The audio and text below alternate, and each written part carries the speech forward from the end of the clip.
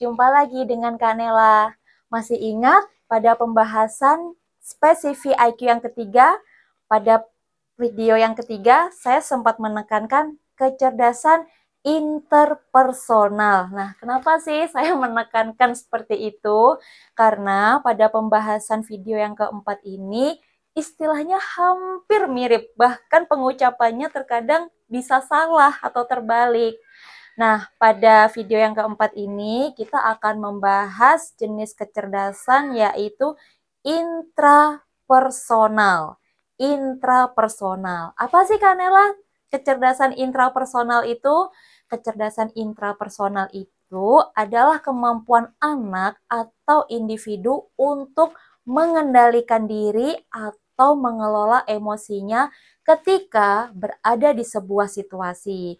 Misalkan, kalau misalkan anak-anak yang masih sangat kecil menginginkan suatu hal, menginginkan makanan, minuman, ataupun mainan, terus kita tidak bisa menuruti pada saat itu juga, biasanya apa yang mereka tampilkan? Tantrum, contoh, berguling, menangis, membenturkan badan, bahkan menyakiti diri sendiri atau menyakiti ayah bunda.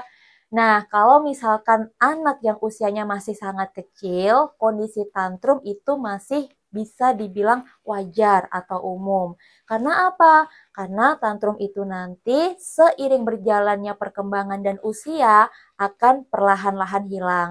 Tapi bagaimana nih Kanel kalau misalkan di usia yang sudah cukup besar, misal kelas SD ya, ternyata anak masih menampilkan perilaku tantrum. Nah, berarti itu ada indikasi bahwa anak belum mampu menggunakan kecerdasan intrapersonalnya. Oleh karena itu, ayah bunda ataupun anggota keluarga yang lain perlu membimbing putra-putri kita supaya lebih memahami emosinya. Contohnya, bisa memberikan pemahaman, bisa mengendalikan perilakunya apabila perilaku tersebut dinilai membahayakan untuk dirinya sendiri ataupun orang lain. Dengan cara apa? Mungkin dibekap supaya tidak menyakiti, begitu ya. Nah, biasanya kecerdasan intrapersonal di kehidupan sehari-hari, profesi, ataupun orang-orang yang sering kita jumpai tidak berbeda jauh dengan kecerdasan atau orang-orang yang memiliki kecerdasan interpersonal. Karena kecerdasan interpersonal dan kecerdasan intrapersonal ini saling berhubungan satu sama lain.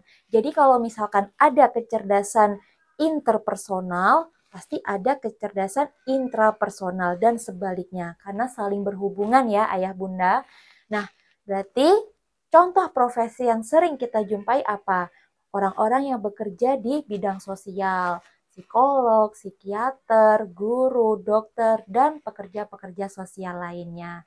Oleh karena itu, sangat penting bagi kita sebagai orang tua sejak dini mulai memupuk pengendalian emosi pada anak dan pemahaman jenis-jenis emosi pada putra-putri kita. Sampai bertemu lagi di pembahasan spesifik IQ atau jenis kecerdasan yang kelima. Terima kasih.